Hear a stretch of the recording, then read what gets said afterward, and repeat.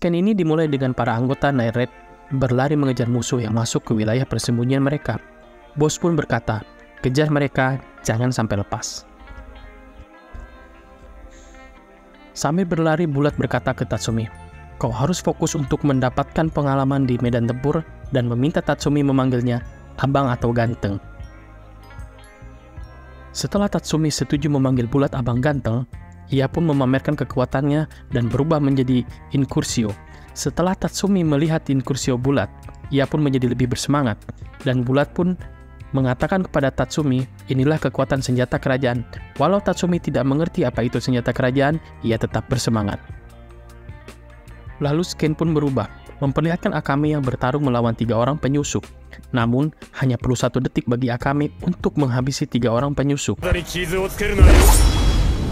Dan ternyata, Akame mempunyai senjata kerajaan berbentuk katana, yang bukan hanya saja tajam, namun mempunyai racun yang sangat mematikan. Barang siapa saja yang terkena sayatan dari sang katana, ia pasti mati. Di lokasi lain, seorang penyusup berlari seperti ninja dari Konoha dan berencana untuk kabur. Namun, dari kejauhan, sebuah teropong sniper sedang membidik penyusup tersebut, dan pemilik teropong tersebut adalah Mine, sang penembak jitu. Memiliki senjata kerajaan berbentuk sniper, pada saat Mine akan menembak datang seorang penyusup yang akan menebas Mine.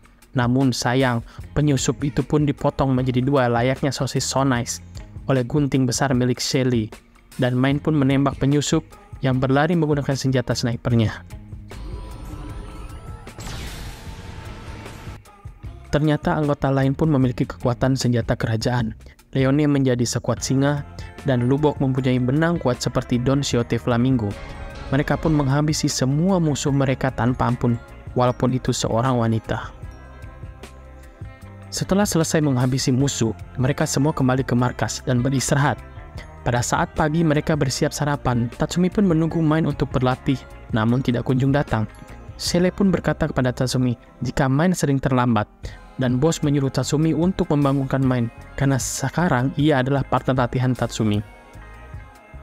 Tatsumi pun melakukan perintah bos, dan pada saat Tatsumi membuka kamar Mine, ia pun mendapatkan bonus berupa Mine yang sedang menggunakan jeroan alias pakai BH dan kancut doang.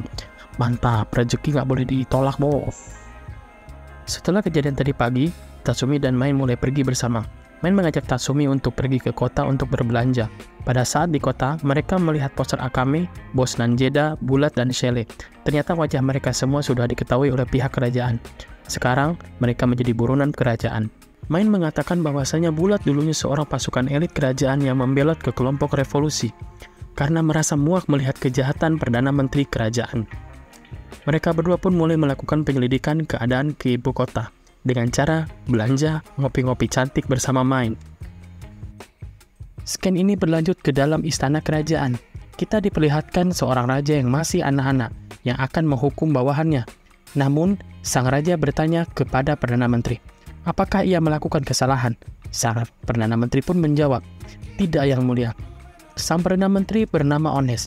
Dari sini kita bisa melihat jika ternyata sang raja diperalat oleh sang Perdana Menteri yang jahat.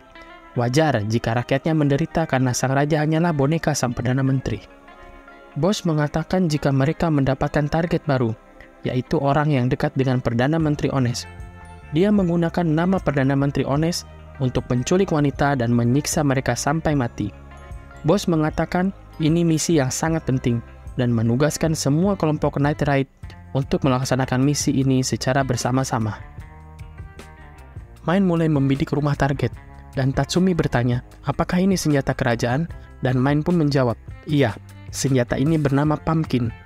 Semakin terdesak penggunanya, semakin mematikan senjata tersebut.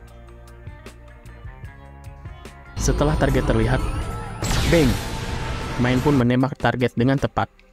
Walau banyak pengawal yang menjaga sang target, setelah target tewas, para penjaga pun mulai mencari Mine. Namun, kelompok Night Raid yang lain telah bersiap menghadang para pengawal. Tatsumi ditugaskan mengawal Mine agar bisa lolos dari wilayah musuh. Namun, pada saat Mine dan Tatsumi merasa jika mereka sudah lolos, datang seorang pengawal dan langsung menyerang Mine. Dan Mine menembak sang pengawal, namun sang pengawal bukanlah pengawal biasa. Ia bisa menghindar dengan cepat. Untung datang Tatsumi untuk melindungi Mine dan memeluk sang pengawal dengan erat, agar Mine bisa menembak pengawal dengan mudah dan berlubanglah dada sang pengawal oleh senjata Pumpkin Mine. Setelah semua musuh dikalahkan, masa misi kali ini pun selesai. Dan inilah akhir dari episode 3 kali ini. Baiklah Urusiners, terima kasih telah menyimak video ini. Silahkan like dan subscribe dan tunggu episode selanjutnya.